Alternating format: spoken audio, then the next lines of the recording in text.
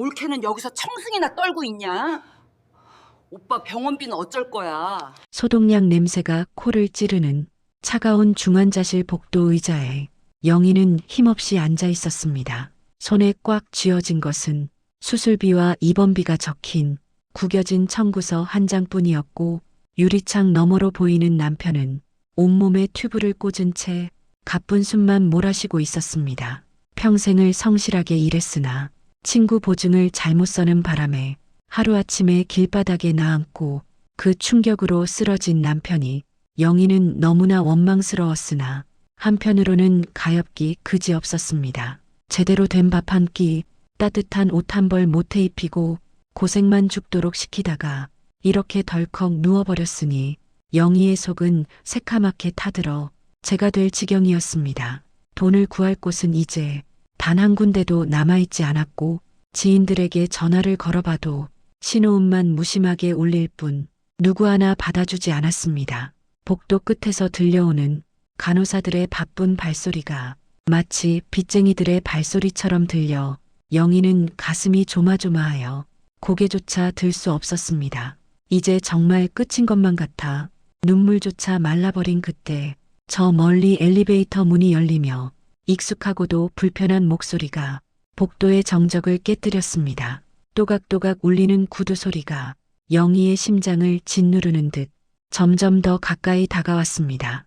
화려한 등산복을 빼입고 진한 화장을 한 시누이들이 요란하게 등장한 것입니다. 큰 시누이 말숙과 작은 시누이 말자가 팔짱을 끼고 다가오더니 영희를 위아래로 훑어보며 혀를 차기 시작했습니다. 오빠가 저 모양인데 올케는 여기서 청승이나 떨고 있냐며 대뜸 핀잔부터 주었습니다. 걱정되어 온 줄 알았으나 그녀들의 손에는 음료수 박스 하나 없었고 오로지 자기들 재산 이야기만 늘어놓기 바쁜 사람들이었습니다. 이번에 강남 아파트값이 올랐느니 골프장 회원권이 얼마라느니 듣기 거북한 자랑만 늘어놓다가 슬그머니 본색을 드러내며 영희를 압박해오기 시작했습니다. 병원비는 어떻게 할 거냐며 우리한테 손 벌릴 생각은 꿈에도 하지 말라고 미리 선을 그어버린 것입니다. 가족이라 믿었던 사람들의 차가운 말 한마디 한마디가 영희의 가슴에 비수처럼 꽂혀 숨을 쉬기조차 힘들었습니다. 피 섞인 형제보다 돈이 더 중요한 세상이라지만 어쩜 이렇게 매정할 수 있는지 영희는 입술을 꽉 깨물었습니다. 말숙이 팔짱을 낀 채 신경질적인 목소리로 물었습니다. 어머니 돌아가시고 남은 거라곤 그 시골 구석 폐가뿐인데 그거라도 당장 팔아서 병원비에 보태야 하지 않겠냐며 영희를 몰아세우기 시작했습니다. 하지만 그 집은 돌아가신 시어머니 옥분 여사가 평생을 바쳐 지켜온 집이자 영희에게는 친정보다 더 편안한 마음의 안식처 같은 곳이었습니다. 절대로 팔 수 없다고 영희가 고개를 저으며 버티자 말자는 코웃음을 치며 기가 막히다는 표정을 지었습니다. 다 쓰러져가는 흉가를 누가 거들떠나 보겠냐마는 그래도 땅값은 좀 나올 테니 급한 불부터 끄자고 했습니다. 하지만 영희의 마음속에는 어머니의 유언이 맴돌았습니다.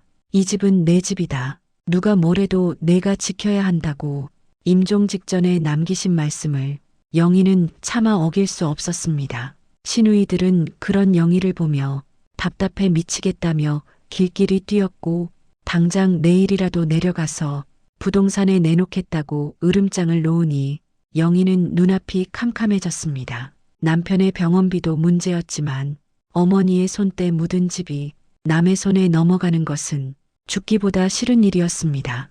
결국 말숙이 가방에서 서류 봉투 하나를 꺼내 영희의 무릎 위에 던졌습니다. 위임장에 도장만 찍으면 자신들이 알아서 처리할 테니 신경 끄고 병간호나 하라는 일방적인 통보였습니다. 영희가 망설이는 기색을 보이자 말자는 거친 말을 쏟아내며 올케가 욕심부릴 때냐고 오빠 죽일 셈이냐고 소리쳤습니다. 사람들이 쳐다보는 시선이 너무나 부끄럽고 창피하여 영희는 고개를 숙인 채 아무 말도 할 수 없었습니다. 시골집에 돈 될 만한 게 뭐가 있겠냐고 비아냥거리며 그 썩은 냄새 나는 곳을 우리가 왜 가야 하냐고 자기들끼리 투덜거렸습니다. 그러더니 대뜸 영희에게 청소라도 해놓으라고 명령했습니다. 부동산 업자가 보러 갔을 때 쓰레기장 같으면 안 되니까 가서 쓸만한 건 건지고 나머지는 싹 다 갖다 버리라고 잔인하게 지시했습니다. 어머니가 아끼시던 장독대며 손수 지으신 이불까지 모조리 태워버리라는 말에 영희의 가슴은 무너져 내렸습니다. 그녀들에게 어머니의 흔적은 그저 치워야 할 쓰레기에 불과했으니 그 사실이 너무나 서글펐습니다. 시누이들이 폭풍처럼 휩쓸고 간 적막한 병원 복도에 영희는 다시 홀로 남겨졌습니다. 무릎 위에 놓인 서류 봉투가 천근만근 무겁게 느껴졌고 흐르는 눈물을 닦을 힘조차 남아있지 않은 상태였습니다. 결국 선택의 여지가 없었기에 영희는 무거운 몸을 일으켜 병실 안으로 들어갔습니다. 미동도 없이 누워있는 남편의 거친 손을 가만히 잡고 미안하다는 말만 되뇌었습니다. 여보, 나 다녀올게. 어머니 집 잘 정리하고 올게. 당신 살리려면 어쩔 수 없잖아. 속으로 피눈물을 삼키며 영희는 마지막 인사를 건넸습니다. 낡은 가방 하나 둘러매고 병원을 나서는 영희의 뒷모습은 가을바람에 흔들리는 낙엽처럼 위태롭고 처량해 보였습니다. 시외버스 터미널로 향하는 발걸음이 천리길을 가는 듯 무거웠지만 이대로 주저앉을 수는 없었기에 이를 악물고 걸음을 옮겼습니다. 과연 그 시골집에는 시누이들의 말처럼 쓰레기만 가득 쌓여 있을지 아니면 다른 무엇이 기다리고 있을지 아무것도 모른 채 말입니다. 버스 차창 밖으로 스쳐 지나가는 풍경들이 뿌옇게 흐려지고 영희의 긴 한숨 소리만이 버스 안을 가득 채웠습니다. 덜컹거리는 낡은 시외버스는 비포장도로를 힘겹게 달리며 뿌연 흙먼지를 일으키고 있었습니다. 차창 밖으로 스쳐 지나가는 누렇게 익은 들판의 풍경이 영희의 마음을 더욱더 쓸쓸하게 만들고 있었으니 마치 자신의 처지 같았습니다. 생전에 시어머니 옥분 여사는 이맘때면 늘 전화를 걸어 햅쌀 나왔으니 가지러 오라며 들뜬 목소리로 재촉하셨는데 이제는 그 목소리를 다시는 들을 수 없다는 사실이 가슴을 먹먹하게 했습니다. 시누이들은 촌스럽다며 싫어했으나 영희에게는 그 시골집이 세상에서 가장 따뜻한 품이었고 친정엄마보다 더 살갑게 대해주던 시어머니의 온기가 서린 곳이라 눈시울이 자꾸만 붉어졌습니다. 무릎 위에 올려놓은 가방에는 어머니가 좋아하시던 사탕 봉지와 작업복 한 벌만이 들어있을 뿐 가진 것 하나 없는 빈털터리 신세가 너무나 처량하게 느껴졌습니다. 남편의 병원비를 마련하기 위해 어머니의 추억을 팔아야 한다는 죄책감이 가슴을 짓누르고 있었지만 지금은 다른 방도가 없었기에 입술을 꾹 다물고 참아야 했습니다. 버스가 굽이진 고개를 넘을 때마다 멀미가 밀려오듯 어지러웠으나 영희는 정신을 바짝 차리려 허벅지를 꼬집으며 버텼습니다. 저 멀리 마을 어귀에 서 있는 오래된 정자나무가 눈에 들어오자 심장이 쿵 하고 내려앉는 듯 긴장감이 온몸을 감싸고 돌았습니다. 그때 주머니 속 휴대폰이 요란한 소리를 내며 울려대니 영희는 화들짝 놀라며 황급히 전화를 받았습니다. 액정에 뜬 이름은 역시나 큰 시누이 말숙이었습니다. 전화를 받기가 무섭게 수화기 너머로 날카로운 목소리가 고막을 찢을 듯 흘러나왔습니다. 도착하려면 아직 멀었냐며 왜 이렇게 굼뜨게 행동하냐고 다짜고짜 호통부터 쳤습니다. 부동산 사장이랑 이야기 다 끝냈으니 가서 문만 열어주면 된다고 일방적으로 통보를 해대는데 그 가격을 들은 영희는 너무나 기가 막혀서 말문이 막히고 말았습니다. 동네 시세의 절반도 안 되는 헐값에 넘기기로 했다는 말에 영희가 그건 안 된다고 어떻게 지킨 집인데 그러냐고 다급하게 소리쳤습니다. 하지만 말숙은 코웃음을 치며 지금 찬밥 더운 밥 가릴 때냐고 금매로 넘겨야 현금이 바로 나온다며 되려 큰 소리를 쳤습니다. 땅이 맹지라서 팔기도 힘든 거 겨우 사정해서 넘기는 거라며 자신의 능력인 양생색을 냈으나 영희는 그 속셈을 뻔히 알기에 속이 부글부글 끓어올랐습니다. 분명 자기들 급한 돈 메꾸려고 어머니 집을 땡처리하려는 게 분명했으나 힘없는 며느리 입장에서는 강하게 맞설 수조차 없었으니 그저 발만 동동 구를 뿐이었습니다. 통화가 끊어진 뒤에도 한참 동안 멍하니 앉아있던 영희는 마을 입구 정류장에 내려 망연자실하게 서 있었습니다. 가을거지가 끝난 들판은 황량했고 마을 전체가 쥐 죽은 듯 조용해 을씨년스러운 분위기마저 감돌았습니다. 예전에는 아이들 뛰어노는 소리와 개 짖는 소리로 시끌벅적했으나 젊은 사람들은 다 떠나고 빈집들만 흉물스럽게 남아있어 세월의 무상함을 느끼게 했습니다. 터덜터덜 마을 안쪽으로 걸어가는데 경운기를 끌고 지나가던 이장댁 어르신과 마주쳤습니다. 영희를 알아본 어르신이 경운기를 멈춰 세우고는 반가운 기색도 없이 혀를 찼습니다. 이제야 나타났냐고 타박하며 집골이 말이 아니라고 동네 창피해서 못 살겠다고 대뜸 핀잔을 주었습니다. 밤마다 고양이 울음소리가 들리고 쓰레기 썩는 냄새가 진동해서 민원이 이만저만이 아니라며 빨리 치우든지 팔든지 하라고 노골적으로 불평을 쏟아냈습니다. 영희는 죄송하다며 고개를 숙이고 도망치듯 걸음을 재촉했으나 등 뒤로 들려오는 어르신의 혼잣말이 가슴에 비수처럼 꽂혔습니다. 독한 노인네 죽고 나니까 자식들이 집구석 다 말아먹는다고 쯧쯧거리는 소리를 들으며 영희는 눈물을 삼켜야 했습니다. 동네 사람들에게조차 손가락질 받는 신세가 되었으니 어머니 뵐 면목이 없었습니다.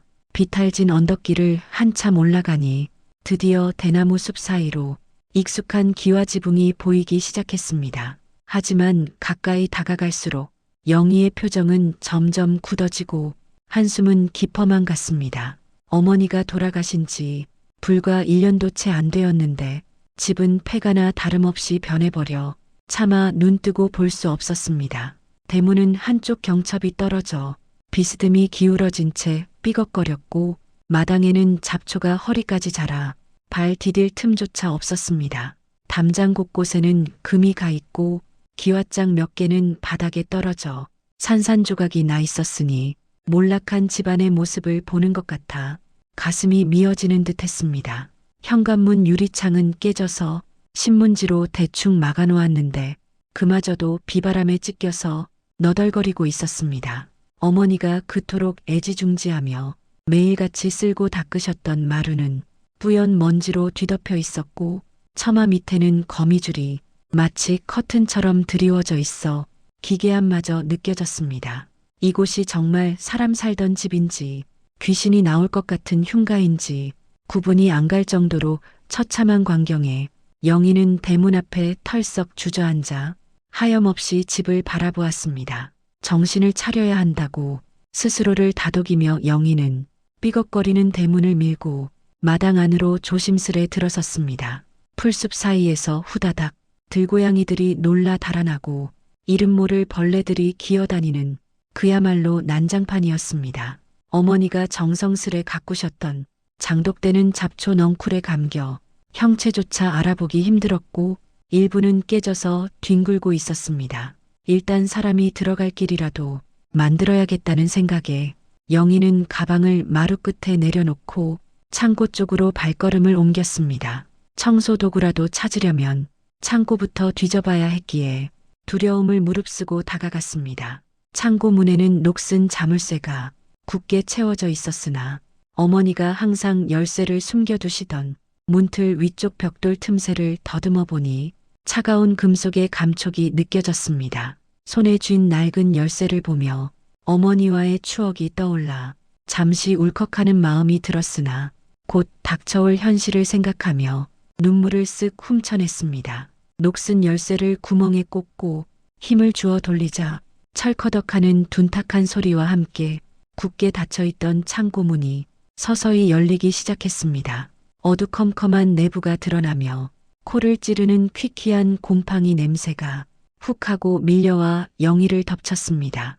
열린 창고 문 사이로 희뿌연 먼지가 연기처럼 뿜어져 나와 영희는 콜록거리며 뒷걸음질 쳤습니다. 손으로 코와 입을 막고 조심스레 안을 들여다보니 그야말로 발 디딜 틈 하나 없는 거대한 쓰레기장이나 다름없었습니다. 어머니가 살아생전에 아깝다며 버리지 못하고 모아둔 온갖 잡동사니들이 산처럼 쌓여 천장까지 닿을 기세였습니다. 망가진 선풍기며 구멍난 소쿠리, 다리가 부러진 밥상까지 누군가에게는 고물일지 모르나 어머니에게는 참아 버릴 수 없는 소중한 살림살이였을 것입니다. 하지만 시누이들의 눈에는 그저 냄새나고 지저분한 쓰레기로만 보였을 것이 뻔하였기에 영희의 마음은 더욱 씁쓸했습니다. 어디서부터 손을 대야 할지 막막함이 밀려와 한숨만 나왔으나 해가 지기 전에 잘 곳이라도 마련해야 한다는 생각에 영희는 소매를 걷어붙였습니다. 우선 입구 쪽에 쌓여있는 신문지 뭉치와 빈 박스들을 하나둘씩 밖으로 끄집어내며 힘겨운 청소를 시작했습니다. 오랫동안 사람의 손길이 닿지 않아 물건을 옮길 때마다 죽은 벌레 사체들이 우수수 떨어져 온몸에 소름이 돋았습니다. 1시간쯤 지났을까 이마에는 송글송글 땀이 맺히고 허리는 끊어질 듯 아파왔습니다. 무거운 나무 상자를 끙끙거리며 마당으로 옮기던 중 낡은 상자가 무게를 이기지 못하고 바닥으로 툭 터져버렸습니다. 그 안에서 쏟아져 나온 것은 놀랍게도 시누이들이 예전에 입던 철진한 유행의 옷들과 명품 로고가 박힌 쇼핑백들이었습니다. 서울집 정리한다고 가져와서는 어머니 집에다 몰래 버리고 간 시누이들의 양심 없는 흔적들이 고스란히 남아 있었던 것입니다. 어머니는 평생 시장 좌판에서 산 5,000원짜리 몸빼바지 하나로 몇 년을 기워 입으며 사셨는데 딸들은 입지도 않는 비싼 옷들을 이렇게 쓰레기처럼 처박아 두었다니 영희는 치밀어 오르는 화를 참을 수가 없었습니다.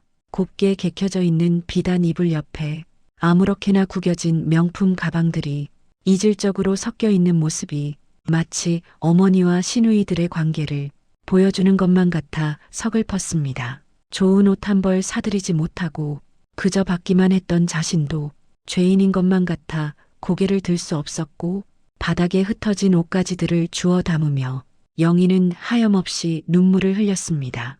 창고 정리는 끝이 보이지 않아 잠시 숨을 돌리기 위해 영희는 부엌으로 발걸음을 옮겼습니다. 목이 너무 말라 물이라도 한 모금 마시고 싶어 수도꼭지를 힘껏 비틀어 보았으나 푸슈슈하는 바람 소리만 날 뿐 물 한 방울 나오지 않았습니다. 오랫동안 비워둔 탓에 단수가 된 것인지 아니면 녹이 쓸어 막힌 것인지 알 수 없어 영희는 망연자실하게 서 있었습니다. 전등 스위치를 눌러봐도 역시나 반응이 없기는 마찬가지였으니 전기마저 끊긴 암담한 상황이었습니다. 냉장고 문을 열어보니 썩어버린 음식물들이 말라비틀어져 역한 냄새를 풍기고 있었고 싱크대에는 쥐들이 갉아먹은 비누 조각만이 덩그러니 남아 있었습니다. 최소한의 생존조차 허락하지 않는 폐가의 냉혹한 현실 앞에서 영희는 깊은 절망감을 느꼈습니다. 가방에 챙겨온 생수 한 병이 유일한 식량이라는 사실에 아껴 마셔야 한다고 생각하면서도 타는 목마름을 참지 못해 벌컥벌컥 들이키고 말았습니다. 이제 해가 지면 암흑천지가 될 텐데 이 무서운 곳에서 혼자 밤을 지새워야 한다는 공포감이 서서히 영희를 옥죄어 왔습니다. 어느덧 서산 너머로 해가 기울고 집안에는 짙은 어둠이 빠르게 깔리기 시작했습니다. 준비해온 양초를 찾아 떨리는 손으로 불을 붙이니 작은 촛불 하나가 위태롭게 타오르며 방안을 희미하게 비추었습니다.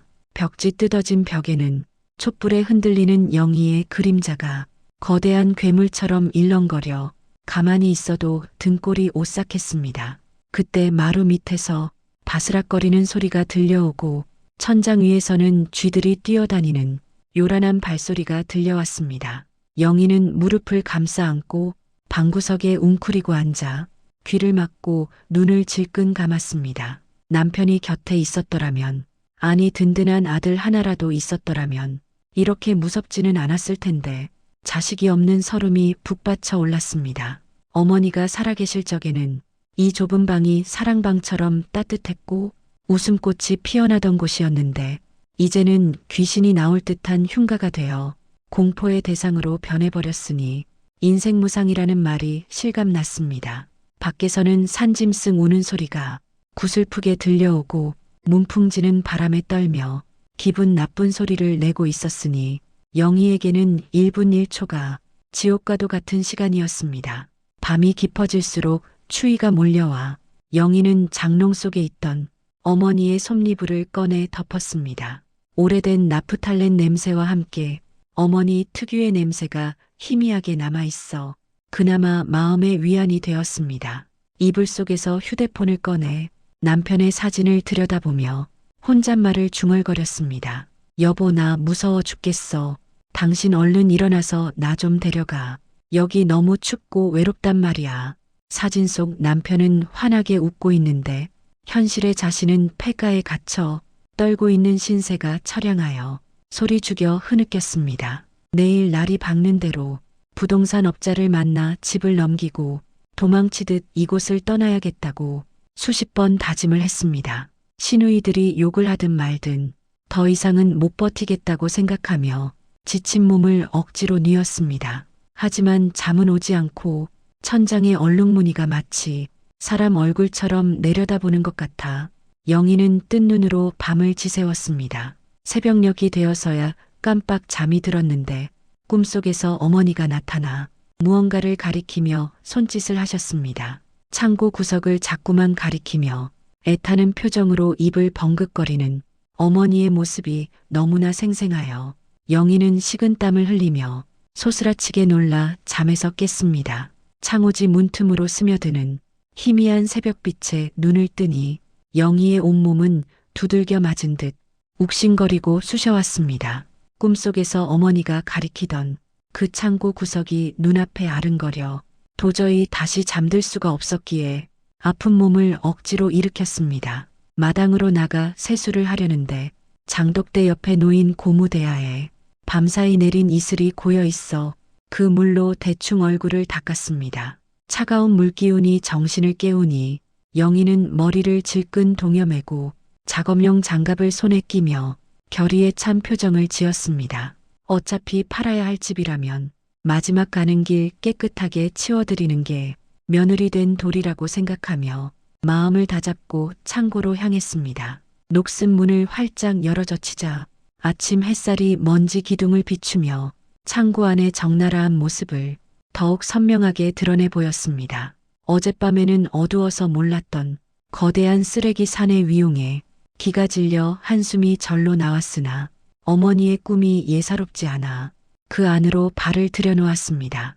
본격적인 청소가 시작되자 창고 안은 금세 아수라장이 되어 먼지가 폭풍처럼 일어났습니다. 썩은 가마니를 걷어내면 쥐떼가 찍찍거리며 달아나고 오래된 나무 상자를 옮길 때마다 바퀴벌레들이 쏟아져 나왔습니다.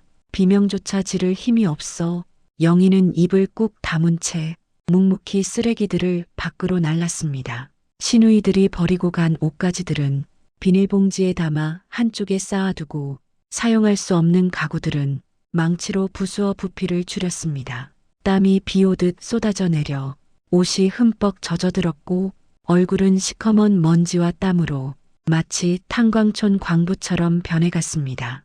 허리가 끊어질 듯 아파와 몇 번이나 바닥에 주저앉았으나 그때마다 남편의 얼굴을 떠올리며 다시금 힘을 내어 일어났습니다. 이 쓰레기들을 다 치워야만 병원비를 마련할 수 있다는 생각에 영희는 자신의 몸을 돌보지 않고 미친 사람처럼 일에 매달렸습니다. 손톱이 깨지고 살같이 긁혀 피가 배어나오는 줄도 모르고 그저 눈앞의 물건들을 치우는 데만 온 신경을 집중하고 있었습니다. 한참을 정신없이 일하던 중 구석에 처박힌 낡은 자개장을 힘겹게 끌어내다 문이 열리며 물건들이 와르르 쏟아졌습니다. 바닥에 떨어진 앨범 하나가 영희의 발치에 툭 하고 걸리니 일손을 멈추고 주워들었습니다. 누렇게 바랜 흑백 사진 속에는 젊은 시절의 시어머니와 어린 남편 그리고 시누이들이 환하게 웃으며 서 있었습니다. 가난했지만 행복해 보이던 그 시절의 모습을 보고 있자니 지금의 뿔뿔이 흩어진 가족사가 더욱 비극적으로 느껴졌습니다. 어머니는 이 사진을 보며 얼마나 자식들을 그리워했을지 그 외로움의 깊이가 짐작되어 영희의 눈시울이 붉어졌습니다. 쓰레기라고 생각했던 이 물건들이 사실은 어머니가 붙잡고 있었던 마지막 추억들이었음을 깨닫고 영희는 가슴이 미어지는 듯 했습니다. 사진을 품에 안고 한참을 울다가 다시 자개장을 옮기기 시작하니 마음 한구석이 텅 빈 것처럼 시리고 아파왔습니다. 창고 안쪽의 짐들이 어느 정도 정리되어 갈 무렵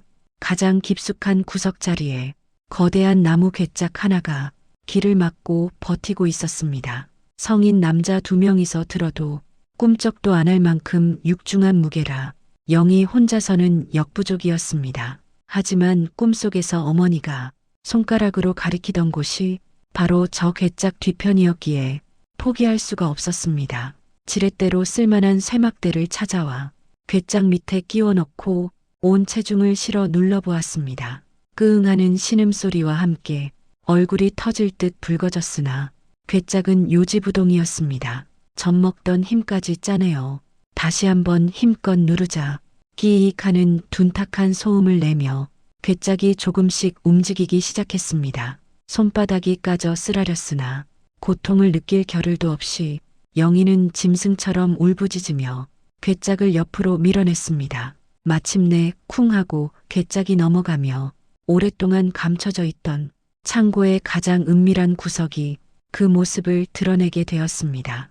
괴짝이 치워진 자리에는 거미줄이 겹겹이 쳐져 있어 마치 동굴 입구처럼 보였습니다. 빗자루로 거미줄을 걷어내자 어두컴컴한 그늘 속에 웅크리고 있는 항아리 하나가 영희의 눈에 들어왔습니다. 일반적인 장독보다는 작고 꿀단지보다는 조금 큰 크기의 볼품없는 옹기 쌀독이었습니다. 뚜껑은 한쪽 귀퉁이가 깨져 있었고 표면에는 묵은 때가 눌어붙어 원래의 색깔조차 알 수 없었습니다. 하지만 영희는 직감적으로 이것이 꿈속의 그 물건임을 단번에 알아차릴 수 있었습니다. 심장이 쿵쾅거리며 요동치고 침이 꼴깍 넘어가는 긴장감에 영희는 마른 침을 삼켰습니다. 홀린 듯이 쌀독 앞으로 다가가 떨리는 손을 뻗어 항아리의 차가운 표면을 만져보니 전율이 온몸을 타고 흘렀습니다. 과연 이 낡은 쌀독 안에 무엇이 들어있기에 어머니가 그토록 애타게 가리키셨던 것인지 영희는 숨조차 크게 쉴 수 없어 그저 멍하니 바라만 보았습니다. 심장이 터질 듯 쿵쾅거려 영희는 마른 침을 꿀꺽 삼키며 떨리는 양손으로 조심스럽게 쌀독 뚜껑을 잡아쥐었습니다. 깨진 틈 사이로 먼지가 일고 오랫동안 닫혀있던 뚜껑은 마치 바위처럼 무거웠으나 영희는 젖먹던 힘을 다해 옆으로 밀어 젖혔습니다. 드르륵하는 거친 마찰음과 함께 항아리의 입구가 열리자 해묵은 곰팡이 냄새가 아닌 희미한 박하사탕 향기가 코끝을 스치고 지나갔습니다. 어두운 항아리 속을 들여다보니 쌀은 한 톨도 보이지 않고 검은 비닐봉지들이 층층이 빼곡하게 채워져 있었습니다. 순간 맥이 탁 풀리는 듯하여 이게 도대체 뭔가 싶었으나 비닐봉지 하나를 꺼내는 순간 손끝에 전해지는 묵직한 무게감이 예사롭지 않음을 직감했습니다. 시장통에서 흔히 볼 수 있는 검은 봉지를 겹겹이 싸매고 고무줄로 칭칭 동여맨 모양새가 어머니가 평소에 중요하게 여기던 물건들을 보관하던 방식이었습니다. 영희는 바들바들 떨리는 손으로 고무줄을 하나씩 풀기 시작했고 마침내 봉지가 열리는 순간 그 안에 들어있던 내용물을 보고 자신의 눈을 의심해야 했습니다. 봉지 안에서 나온 것은 놀랍게도 현금 뭉치였습니다. 노란 고무줄로 투박하게 묶인 5만원권과 만원권 지폐들이 누렇게 변색된 채 들어있었습니다. 빳빳한 새 돈은 아니었지만 어머니가 평생 시장 좌판에서 채소를 팔아 모으신 쌈짓돈임이 한눈에 봐도 분명해 보였습니다. 꼬깃꼬깃 구겨진 지폐마다 생선 비린내와 흙냄새가 배어 있어 어머니의 고단했던 삶이 그대로 느껴지는 듯 했습니다. 영희는 믿기지 않는 광경에 입을 다물지 못하고 홀린 듯이 다른 봉지들도 차례차례 꺼내어 풀었습니다. 두 번째 봉지에서도 세 번째 봉지에서도 어김없이 돈뭉치가 쏟아져 나와 어느새 영희의 무릎 위에는 돈방석이 쌓이게 되었습니다. 시누이들이 그토록 찾아 헤매던 어머니의 숨겨진 재산이 바로 이 쓰레기장 같은 창고 구석, 낡은 쌀독 안에 있었던 것입니다. 그녀들이 냄새난다고 코를 막으며 발길조차 주지 않았던 이곳에 어머니는 평생의 피땀을 고스란히 묻어두셨던 것입니다. 영희는 돈뭉치를 가슴에 품고 오열하듯 소리내어 울었으니 그것은 돈에 대한 욕심이 아니라 어머니의 지독한 사랑이 가슴 사무치게 느껴졌기 때문입니다. 돈뭉치들을 다 꺼내고 나니 항아리 바닥 깊숙한 곳에 한지로 곱게 쌓인 작은 꾸러미 하나가 보였습니다. 영희가 조심스레 꺼내 펼치자 오래된 땅 문서와 집 문서가 누런 자태를 드러냈습니다. 시누이들이 팔아먹으려고 그렇게나 혈안이 되어 찾았던 바로 그 서류들이었습니다. 그런데 문서들 사이에서 꼬깃꼬깃 접힌 공책 한 장이 툭 하고 바닥으로 떨어졌습니다.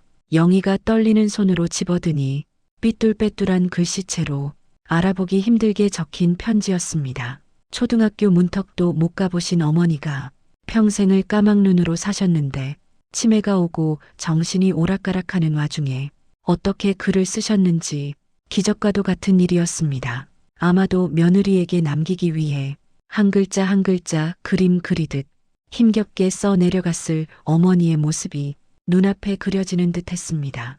편지를 펼쳐든 영희의 손등 위로 뜨거운 눈물방울이 뚝뚝 떨어져 글씨를 번지게 만들었으나 영희는 흐르는 눈물을 닦으며 천천히 글자를 읽어 내려갔습니다. 영희야, 내 새끼 영희야. 못난 시험이 만나 고생만 했지. 내가 정신이 있을 때 이걸 너한테 줘야 하는데 그년들이 알면 다 뺏어갈까봐 여기다 꽁꽁 숨겨둔다. 남편 잘못 만나 빚쟁이에 시달리고 자식도 없이 외로운 내 며느리.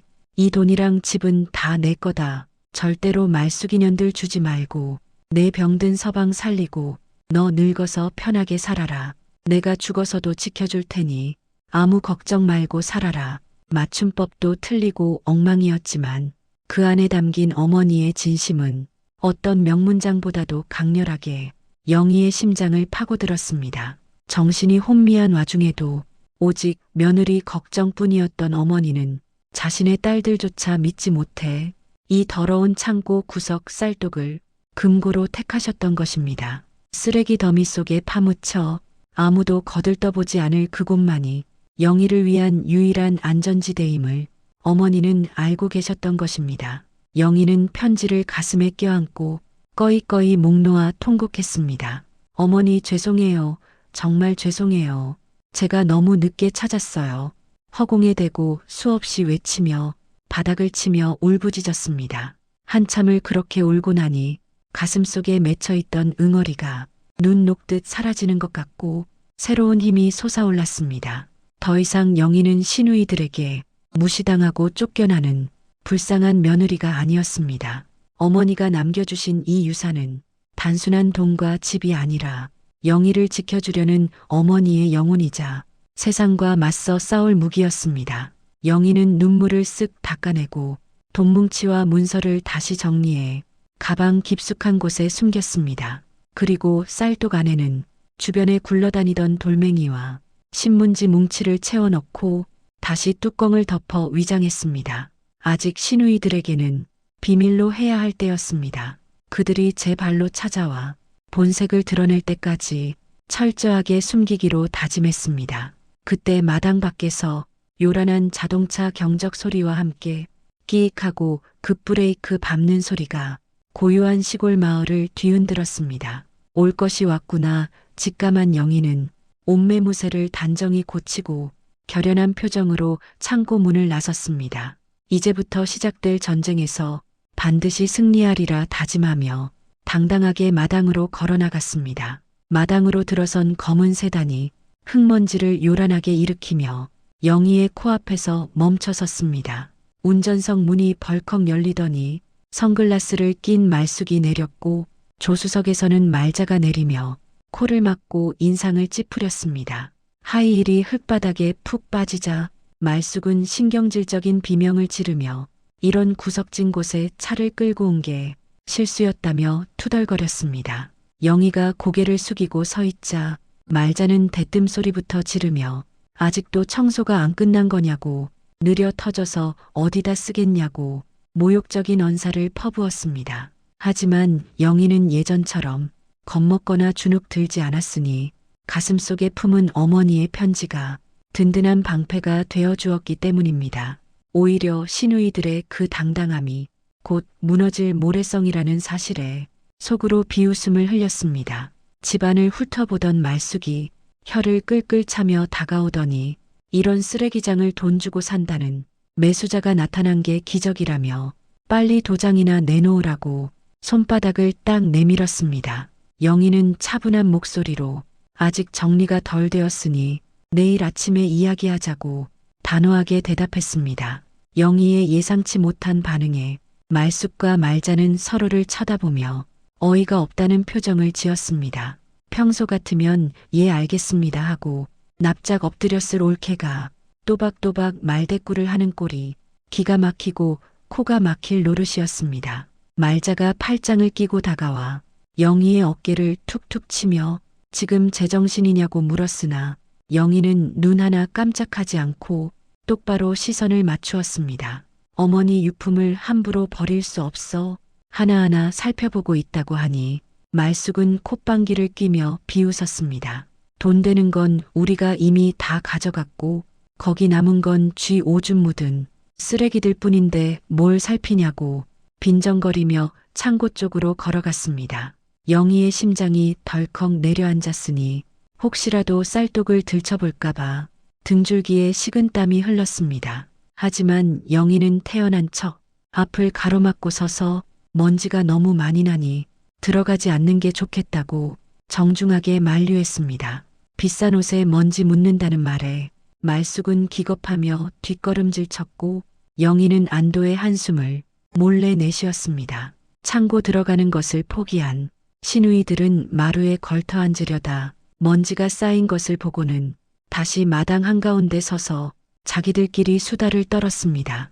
이번에 이 집 판 돈으로 말숙은 성형수술을 할 거라며 벌써 견적을 다 뽑아놨다고 호들갑을 떨며 자랑했고 말자는 남편 몰래 주식하다 날린 돈을 이걸로 메꿀 수 있게 되었다며 신이 나서 춤이라도 출 기세였습니다. 어머니가 평생 허리 한번 못 펴고 시장 바닥에서 번 돈을 자기들 사리사욕 채우는데 탕진할 계획만 세우고 있으니 영희는 치밀어 오르는 분노를 억누르느라 주먹을 꽉 쥐었습니다. 남편이 사경을 헤매고 있는데 오빠 걱정은 단 한마디도 없고 오로지 자기들 입속 챙기기에만 혈안이 되어 있는 그 모습들이 사람의 탈을 쓴 악마 같았습니다. 하지만 이제 곧 이 모든 사실이 물거품이 될 것이라는 걸 알기에 영희는 그들의 김칫국 마시는 꼴을 조용히 지켜만 보았습니다. 지금 실컷 웃어두라고, 나중에는 피눈물을 흘리게 될 테니 지금의 그 웃음소리를 똑똑히 기억해두겠다고 영희는 속으로 다짐했습니다. 한참을 떠들던 말숙이 지루해졌는지 시계를 보며 재촉하기 시작했습니다. 우리는 바빠서 먼저 갈 테니 내일 아침 일찍 서류 챙겨서 읍내 부동산으로 나오라고 일방적인 통보를 했습니다. 만약 내일도 딴소리하면 그때는 정말 가만 안 두겠다고 으름장을 놓는 것도 잊지 않았습니다. 말자는 마당에 굴러다니는 찌그러진 양은 냄비를 발로 차며 이런 고물상 같은 집구석 꼴도 보기 싫다고 악담을 퍼부었습니다. 떼굴떼굴 굴러간 그 냄비가 하필이면 창고 문턱에 부딪히며 안에 있던 쌀독이 살짝 드러났으나 다행히 거미줄과 어둠에 가려 그녀들의 눈에는 띄지 않았습니다. 영희는 숨이 멎을 뻔했으나 표정 관리를 하며 고개를 끄덕였고 어서 가시라고 인사를 했습니다. 그녀들이 차에 올라타 시동을 거는 소리가 들리자 그제야 긴장이 풀리며 다리에 힘이 쭉 빠졌습니다. 부르릉 하고 엔진 소리를 내며 검은 세단이 마을을 빠져나가고 다시 고요해진 시골집 마당에는 매캐한 매연 냄새만이 불쾌하게 남아 있었습니다. 멀어지는 차의 뒷모습을 보며 영희는 서늘한 미소를 지었으니 이것이 그들에게 당하는 마지막 수모가 될 것임을 확신했기 때문입니다. 시누이들이 떠나고 난 뒤 영희는 다시 창고로 들어가 쌀독을 쓰다듬었습니다. 어머니가 지켜주신 덕분에 무사히 넘어갈 수 있었다고 감사의 인사를 올렸습니다. 이제 날이 밝으면 이 모든 진실을 세상에 밝히고 남편을 살릴 수 있다는 희망에 가슴이 벅차올랐습니다. 가방 깊숙이 숨겨둔 유산 봉투를 다시 한번 확인하고는 대문을 단단히 걸어 잠갔습니다. 그리고 부엌 아궁이에 불을 지펴 방을 따뜻하게 데운 뒤 오랜만에 다리 뻗고 누웠습니다. 천장에 핀 곰팡이 자국이 마치 어머니의 웃는 얼굴처럼 보여 영희는 편안하게 눈을 감았습니다. 내일 부동산에서 벌어질 통쾌한 반란을 꿈꾸며 잠을 청하는 영희의 귓가에 가을 귀뚜라미 울음소리가 자장가처럼 들려왔습니다. 어둠이 짙게 깔린 시골집은 내일의 폭풍우를 예고하듯 어느 때보다 고요하고 비장한 기운이 감돌고 있었으니 드디어 운명의 날이 서서히 밝아오고 있었습니다. 유난히 밝은 가을 아침 햇살이 창호지 문을 뚫고 들어와 영희의 감은 눈을 간지럽혔습니다. 밤새 한숨도 자지 못했으나 머릿속은 그 어느 때보다 맑았고 컨디션 또한 최상이었습니다. 어머니가 남겨주신 보물단지를 가방 깊숙한 곳에 챙겨넣고 혹여나 구겨질세라 조심하며 품에 꼭 안아들었습니다. 거울 속에 비친 자신의 얼굴이 어제와는 전혀 다르게 보였으니 두려움에 떨던 나약한 며느리는 온데간데 없고 결의에 찬 가장 기명이만이 서 있었습니다. 마당을 나서는 발걸음마다 흙바닥이 단단하게 받쳐주는 듯해 영희는 어깨를 활짝 폈습니다. 대문에 걸린 녹슨 자물쇠를 채우며 잠시 집을 향해 고개를 숙이니 어디선가 불어온 시원한 바람이 영희의 등을 떠밀어 주었습니다. 잘하고 오라고 기죽지 말라고 어머니가 응원해 주시는 것 같아 입가에 옅은 미소가 번졌습니다. 마을 어귀를 빠져나와 읍내로 나가는 버스를 기다리며 영희는 주먹을 불끈 쥐었습니다. 오늘이 지나면 이 지긋지긋한 가난과 무시의 사슬을 끊고 새로운 인생을 시작할 것이라 굳게 다짐하고 또 다짐했습니다. 저 멀리서 달려오는 버스가 마치 전장으로 향하는 전차처럼 웅장하게 느껴지는 아침이었습니다. 읍내 부동산 중개소 유리문 너머로 화려하게 차려입은 시누이들이 하하호호 웃는 모습이 보였습니다. 이미 계약금이라도 받은 것처럼 들뜬 표정으로 커피를 마시며 다리를 꼬고 앉아 있었습니다. 영희가 문을 열고 들어서자 웃음소리가 뚝 끊기고 차가운 정적이 감돌았습니다. 말숙이 선글라스를 코끝으로 내리며 왜 이제야 오냐고 타박을 했고 말자는 시계를 톡톡 치며 시간이 금인데 군뱅이 같다며 눈을 흘기기 바빴습니다. 중개소 사장이 믹스커피 한 잔을 영희의 앞에 탁 내려놓으며 빨리 진행하자고 재촉했습니다. 매수자가 기다리고 있으니 도장만 찍으면 바로 입금될 거라며 계산기를 두드리는 소리가 영희의 귀를 시끄럽게 울렸습니다. 하지만 영희는 자리에 앉지도 않고 가방을 가슴에 품은 채 그들을 내려다보며 서 있었습니다. 평소 같으면 죄송하다고 허리를 굽신거렸을 올케가 꼿꼿하게 서서 노려보고 있으니 시누이들은 기분이 나빠졌는지 미간을 찌푸리며 쏘아붙였습니다. 멀뚱히 서서 뭐하냐고 빨리 도장이나 꺼내라고 소리쳤으나 영희는 미동도 하지 않았습니다. 중개소 사장이 책상 위에 두툼한 매매 계약서를 펼치며 빨간 인주밥을 열었습니다. 매수인은 서울에서 온 투자자인데 이 동네를 싹 밀어버리고 리조트를 지을 계획이라며 빨리 파는 게 이득이라고 침을 튀기며 설명했습니다. 시누이들은 그 말에 혹해서 눈이 휘둥그레졌으나 영희의 귀에는 하나도 들리지 않는 헛소리였습니다. 어머니가 평생을 지켜온 터전이 하루아침에 리조트 주차장이 된다니 절대로 용납할 수 없는 일이었습니다. 말숙이 참다 못해 벌떡 일어나 영희의 가방을 낚아채려 했으나 영희가 재빠르게 피하며 뒤로 한 발짝 물러섰습니다. 이게 미쳤나 왜 이래 정말. 말숙이 악을 쓰며 소리를 지르자 중개소 안에 있던 사람들이 놀란 눈으로 쳐다보았습니다. 말자는 답답해 미치겠다며 가슴을 쾅쾅 치더니 오빠 병원비 안 낼 거냐고, 돈 욕심나서 그러는 거냐고 심리적인 압박을 가했습니다.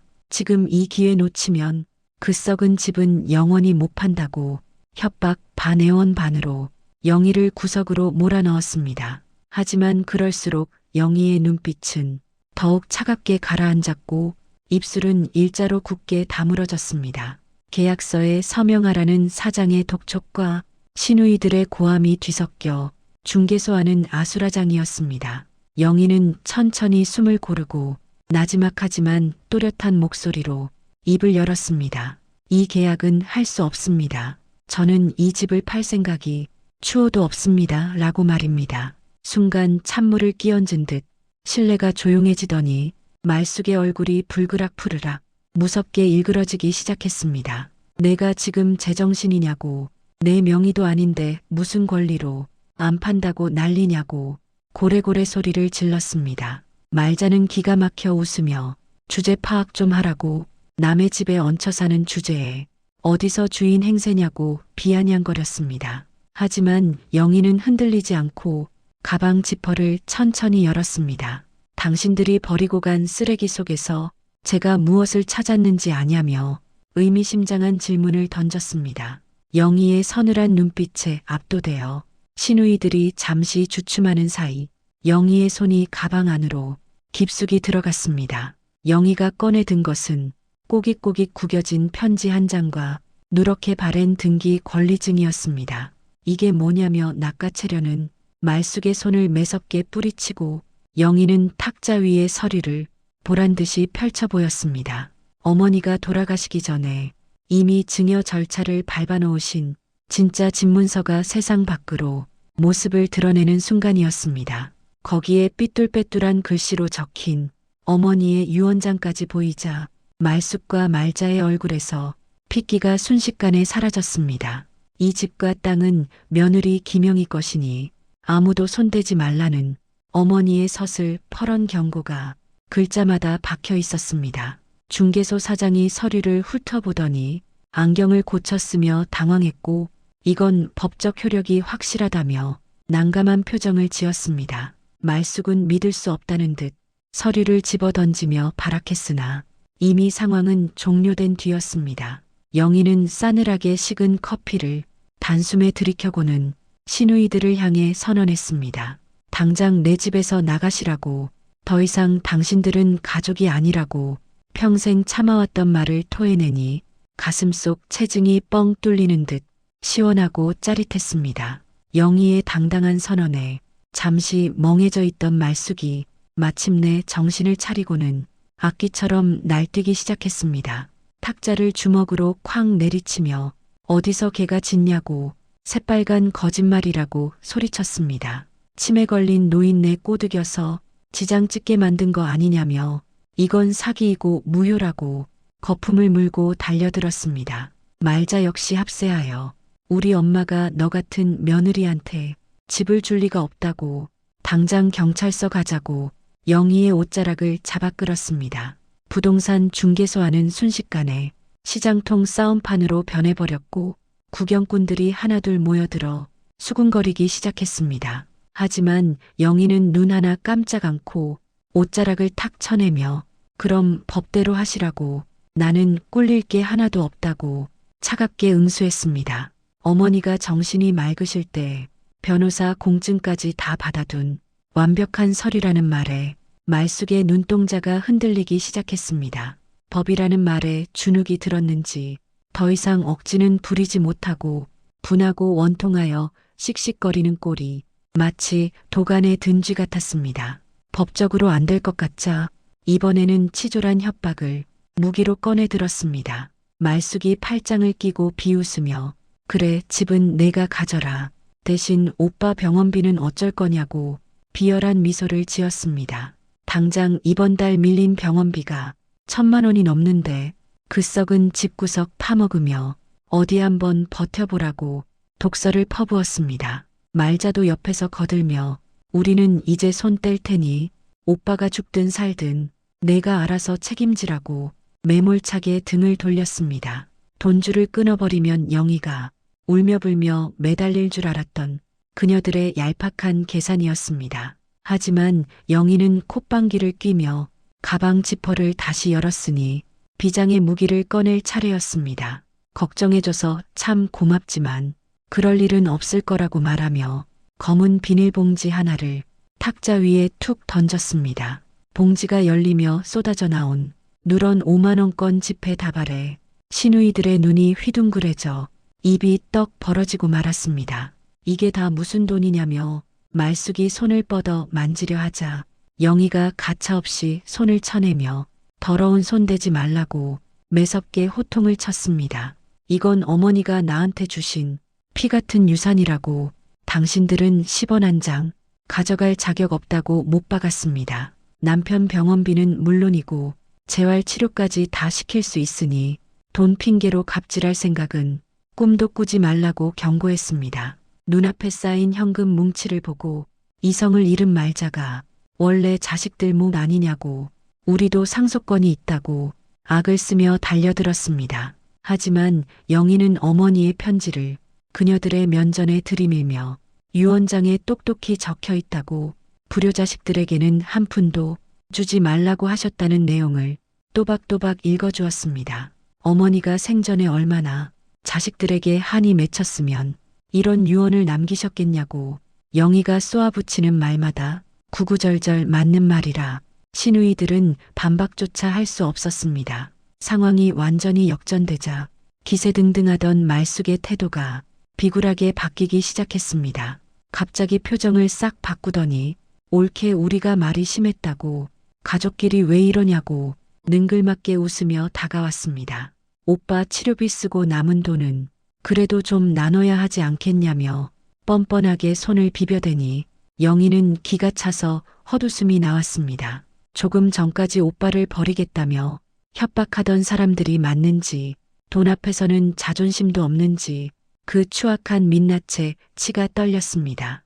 영희는 싸늘한 눈빛으로 이제 와서 가족 타령이냐고 내 남편 내 어머니는 내가 지키고 모실 테니 당신들은 영원히 꺼지라고 단호하게 선을 그었습니다. 다시는 내 눈앞에 띄거나 시골집에 얼씬거리면 주거 침입으로 신고할 테니 그리 알라고 으름장을 놓았습니다. 부동산 사장님도 거들며 집주인이 나가라는데 왜 남의 영업장에서 행패냐고 시누이들을 문 밖으로 밀어냈습니다. 쫓겨나지 않으려고 문틀을 잡고 발버둥 치는 꼴이 참으로 가관이었습니다. 중개소 밖으로 쫓겨난 시누이들은 서로 내 탓이라며 머리채를 잡고 싸우기 시작했습니다. 내가 오자고 해서 온 거 아니냐? 내가 성질 부려서 망친 거다. 서로 헐뜯고 비난하며 길바닥에서 추태를 부렸습니다. 그 모습을 유리창 너머로 지켜보던 영희의 가슴속 체증이 뻥 뚫리는 듯 시원했습니다. 10년 묵은 체증이 내려가고 어깨를 짓누르던 바위가 사라진 것처럼 가벼웠습니다. 영희는 가방을 소중히 챙겨들고 부동산 문을 나섰습니다. 싸우느라 정신없는 시누이들을 투명 인간 취급하며 보란듯이 지나쳐 걸어갔습니다.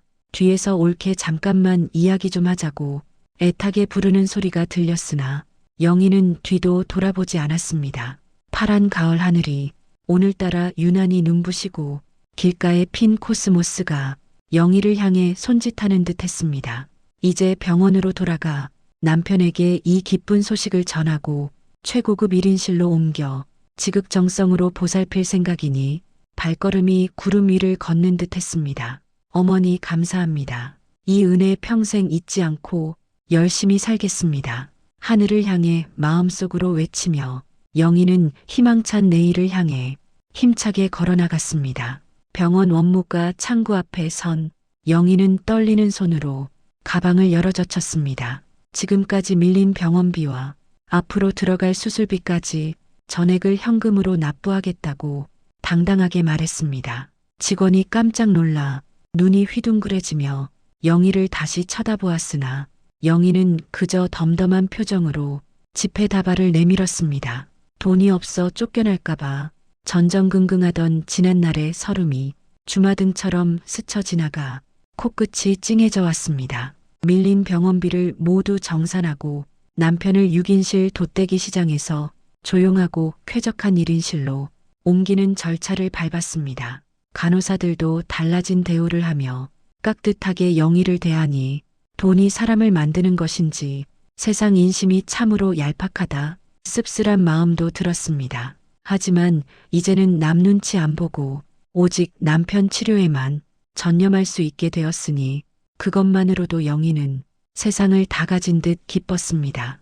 햇살이 잘 드는 창가 침대에 편안하게 누운 남편을 보며 영희는 그제야 긴장이 풀려 다리에 힘이 풀썩 주저앉았습니다.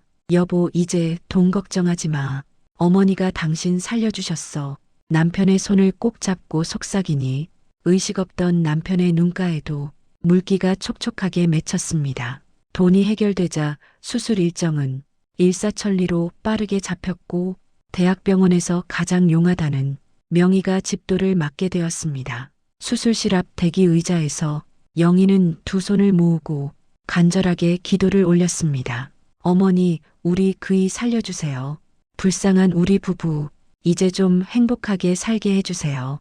눈물로 범벅된 기도가 하늘에 닿았는지 수술 중이라는 붉은 등이 꺼지고 의사가 환한 미소로 나왔습니다.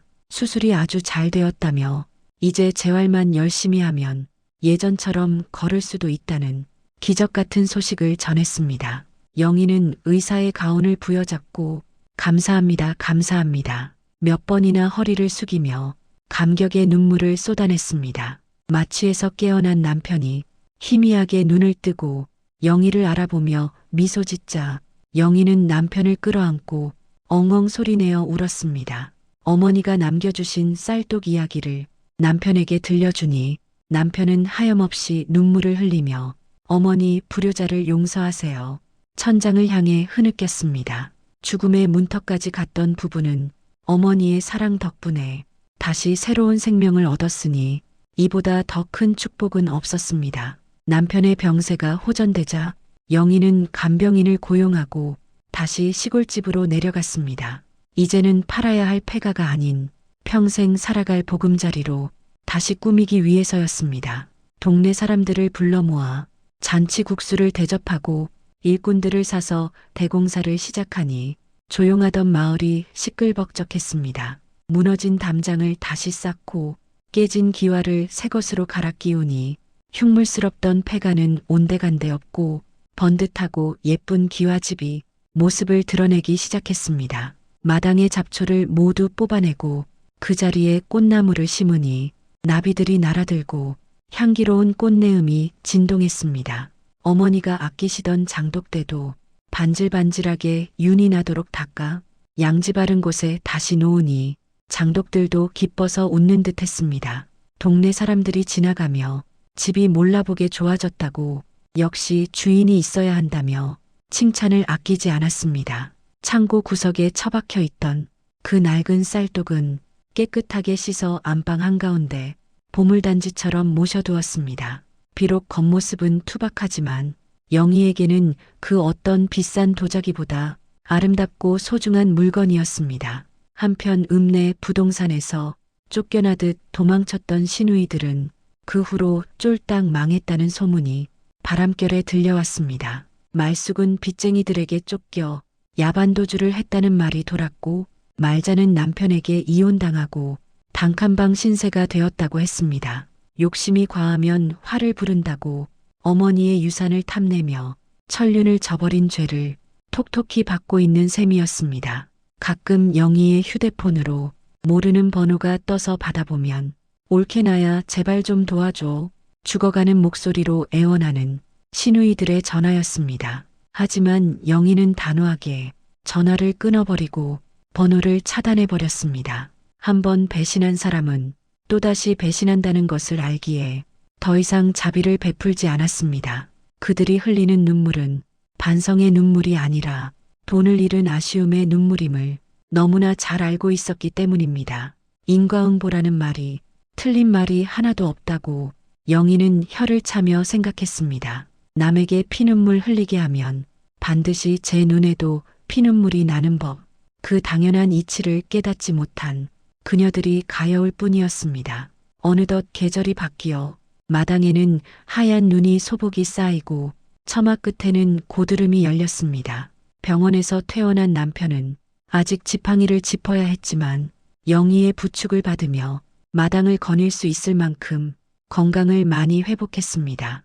따뜻한 아랫목에 마주 앉아 군고구마를 까먹으며 도란도란 이야기를 나누는 이 시간이 영희에게는 꿈만 같았습니다. 여보, 우리 이제 욕심 부리지 말고 남은 인생 덤이라 생각하고 베풀면서 착하게 살아요. 남편이 영희의 손을 잡으며 진심 어린 눈빛으로 말했습니다. 영희도 고개를 끄덕이며 그러자고 약속했습니다. 창밖에는 한방눈이 펑펑 내리는데 방 안은 어머니의 사랑으로 훈훈한 온기가 가득했습니다. 벽에 걸린 어머니의 사진을 보며 두 사람은 밥상을 차려 올리고 술 한 잔을 따르며 절을 했습니다. 어머니 덕분에 저희가 삽니다. 지켜봐 주세요. 행복하게 살게요. 사진 속 어머니가 인자한 미소로 답해주는 듯하여 영희의 마음은 솜니불처럼 포근했습니다. 고생 끝에 낙이 온다는 옛말이 거짓이 아니었음을 증명하듯 영희네 집 굴뚝에서는 행복의 연기가 모락모락 피어오르고 있었습니다.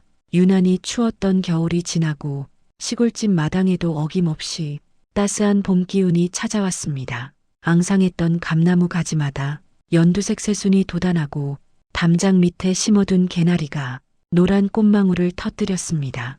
영희는 마루에 걸터 앉아 따뜻한 햇살을 쬐며 나물 다듬기에 열중하고 있었으니 그 평화로운 풍경이 마치 한 폭의 수채화 같았습니다. 마당 한편에서는 남편이 어설픈 솜씨로 텃밭을 일구며 상추 모종을 심고 있었는데 지팡이 없이 두 발로 서서 호미질을 하는 모습이 기적처럼 건강해 보였습니다.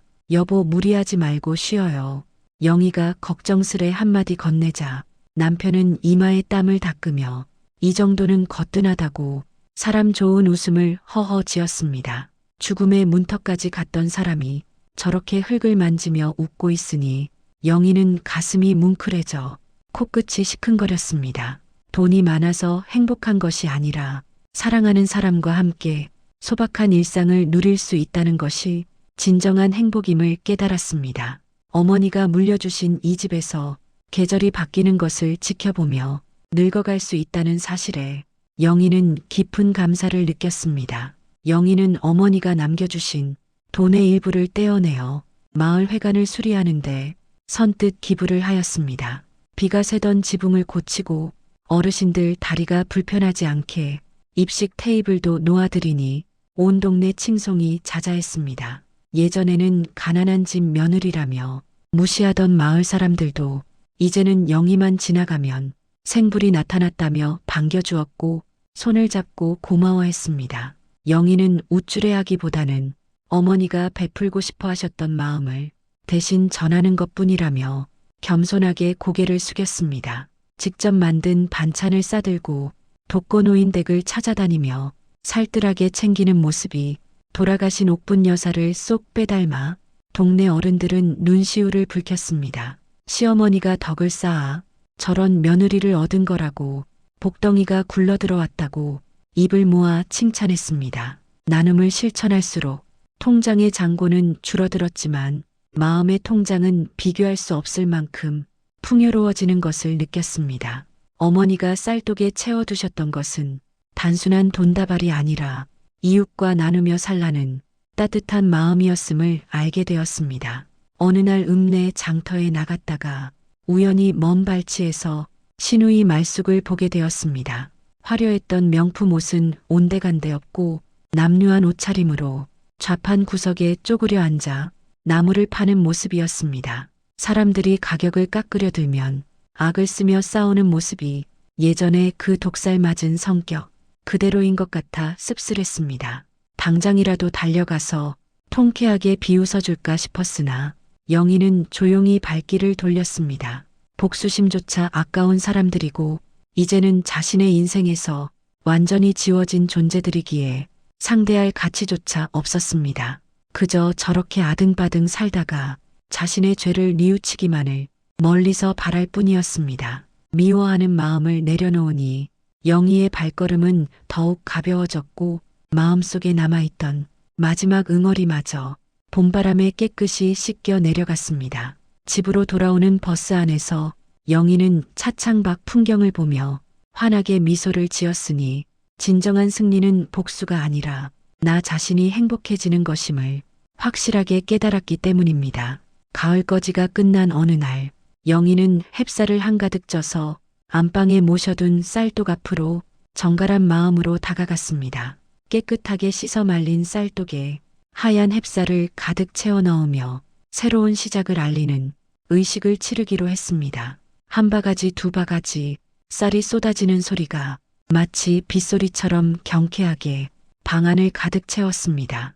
이 쌀독이 비워지지 않도록 부지런히 일하고 아껴서 가득 채우며 살겠다고 어머니 영정 앞에서 다짐했습니다. 옆에서 지켜보던 남편이 쌀독 뚜껑을 덮어주며 이제 이 쌀독은 우리 집 가보라고 엄지손가락을 치켜 세우며 웃었습니다. 어두운 창고 구석에서 먼지만 뒤집어 쓰고 있었던 천덕꾸러기 옹기 항아리가 이제는 집안의 가장 소중한 보물단지로 다시 태어났습니다.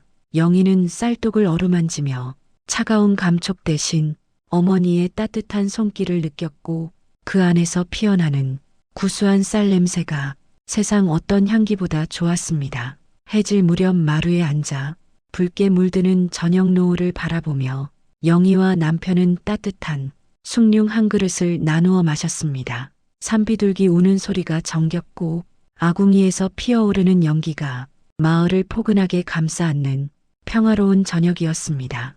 여보, 우리 참 많이 돌아왔지만 결국엔 제자리를 찾았네요. 영희가 나지막이 말하자 남편은 고개를 끄덕이며 당신 덕분이라고 고마워했습니다.